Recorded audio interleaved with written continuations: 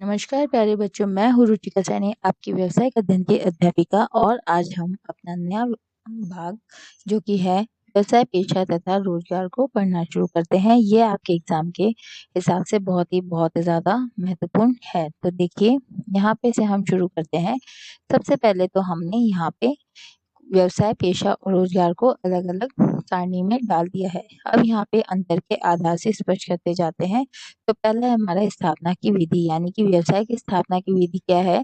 इसमें उद्यमी यानी जो कि उद्यम लगाता है, जो कि व्यवसाय करता है। उद्यमी का निर्णय तथा अन्य कानूनी औपचारिकताएं होती है। यहाँ में उद्यमी का स्वयं का निर्णय होता है कि वो कौन से व्यवसाय को प्रारंभ करेगा और कैसी प्रकृति के व्यवसाय को प्रारंभ करेगा, व्यवसाय का आकार क्या होगा, ये सब उद्यमी का निर्णय है। और इसी के साथ साथ जो भी कानूनी औपचारिकताएं हैं वो निभानी होती है, वो भी कब, जब आवश्यक हो। और पेशे में किसी व्यावसायिक संस्था की सदस्यता, जी हाँ, पेशा यानी प्रोफेशन, यहाँ पे किसी व्यावसायिक संस्था की सदस्यता लेना अनिवार्य है तथा व्यवहारिक योग्यता का प्रमाण पत्र। और आपके पास ये पेशा पेशे की योग्यता है, जैसे आप इंजीनियर है, एक पेशा है, टीचर है, एक पेशा है, डॉक्टर है, एक पेशा है। आप ये सब विशेष योग्यता रखते हैं, उसका भी आपके पास प्रमाण पत्र होना चाहिए। इसी के साथ रोजगार, यहाँ पे रोजगार में नियुक्ति पत्र या फिर सेवा समझौता किया जाता है, यानी आपको जो भी व्यक्ति नियुक्त करेगा वो आपको नियुक्ति पत्र देगा और साथ में आपको क्या क्या शर्तें हैं, क्या नियम है, उनको आपको निभाना होगा और सेवा समझौता यहाँ पे किया जाता है। इसी के साथ साथ कार्य की प्रगति, यानी कार्य कैसा होता है, जनता की वस्तुओं तथा सेवाओं की सुलभता। यहाँ पे व्यवसाय में वस्तु और सेवाओं को सुलभ कराया जाता है कि जो भी उपभोक्ता डिमांड कर रहा है वस्तुओं की और सेवाओं की, उन्हें दी जाती है।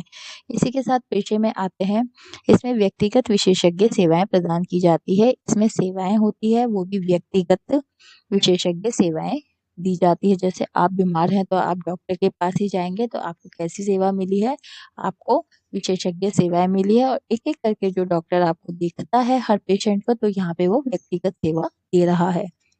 इसी के साथ रोजगार में सेवा समझौता या फिर सेवा के नियमों के अनुसार कार्य करना होता है। फिर है आपका योग्यता। व्यवसाय के अंदर किसी न्यूनतम योग्यता की आवश्यकता नहीं है, यानी आप यदि ज्यादा पढ़े लिखे नहीं है तो भी आप व्यवसाय को कर सकते हैं। लेकिन पेशे के अंदर विशेष क्षेत्र में आपको प्रशिक्षण यानी कि ट्रेनिंग होनी चाहिए, वो भी विशेष क्षेत्र में जिसकी आपको योग्यता लेनी है उसी क्षेत्र में आप प्रशिक्षित होने चाहिए। और साथ ही विशेष योग्यता में आपके पास यानी कि निपुणता भी बहुत आवश्यक है। इसी के साथ रोजगार में नियोक्ता यानी जिसने आपको नौकरी पे रखा है, उस व्यक्ति को कहते हैं जिसने आपको नौकरी पे रखा है, नियोक्ता कहलाता है। नियोक्ता द्वारा निर्धारित योग्यता एवं प्रशिक्षण, यानी जितना चाहता है योग्यता और प्रशिक्षण नियोक्ता, उतना ही इसमें आपको मिलना चाहिए। इसके बाद प्रतिफल यानी रिजल्ट।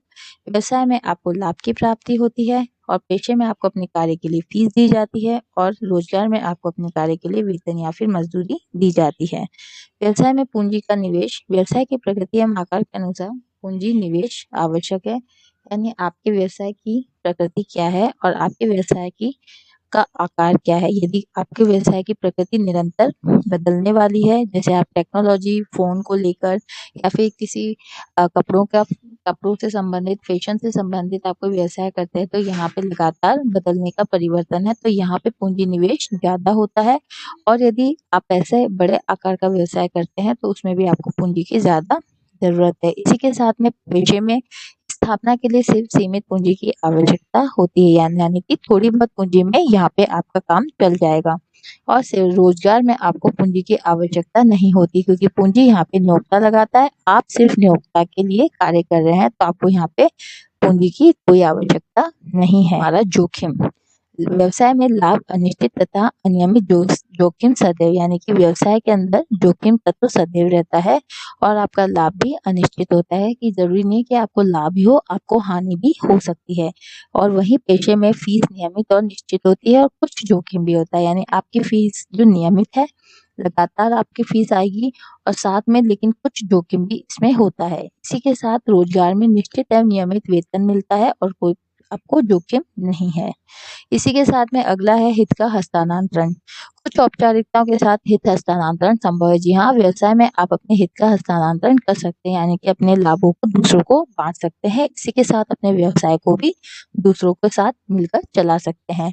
लेकिन यहाँ पे संभव नहीं है पेशे के अंदर, क्योंकि पेशे में विशेष योग्यता आवश्यक है और आप इस विशेष योग्यता के प्रमाण पत्र को किसी के साथ बाँट नहीं सकते। इसी के साथ रोजगार की है जो नियोक्ता आपको नियुक्ति पत्र देता है, आपको सेवा शर्त करता है, आपके साथ अनुबंध करता है, वो सिर्फ़ आप ही के साथ होगा, इसे आप किसी के साथ नहीं बाँट सकते।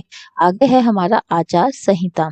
व्यवसाय में कोई आचार संहिता निर्धारित नहीं होती। जी हाँ, आचार संहिता का मतलब है कि आप जो संबंधित कार्य कर रहे हैं, उस कार्य से संबंधित नियम और शर्तें। यहाँ पे व्यवसाय में किसी प्रकार की आचार संहिता नहीं होती है, लेकिन यहाँ पे पेशे के अंदर पेशेवर आचार संहिता का पालन आवश्यक है। पेशे में आवश्यक है, क्योंकि ये एक संगठन की सदस्यता लेकर आप पेशेवर बनते हैं, तो यहाँ पे आचार संहिता ज़रूर पाई जाती है।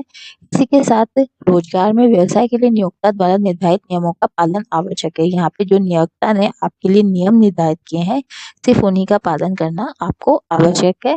तो अगले भाग के लिए हम अगली कक्षा में मिलते हैं।